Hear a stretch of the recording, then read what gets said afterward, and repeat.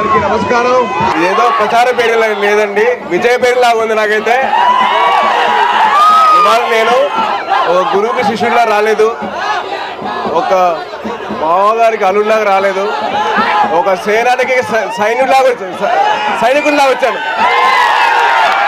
ఆ సేనాని కోసం సైనికుల్లా వచ్చా కాబట్టి మీరందరూ దయచేసి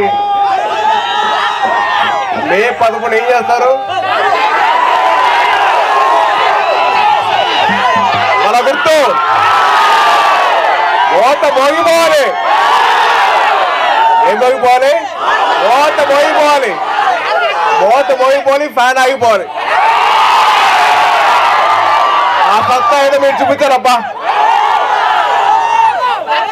ఏమీ చేయకుండానే మా మామగారు మీకోసం నిలబడ్డారు. మీరు ఒక్కసారి మీ గడప దాటి వచ్చి మీ ఓటు వేయండి, రాజు క్లాసుకి ఓటు వేయండి. మీకోసం నిలబడతారు.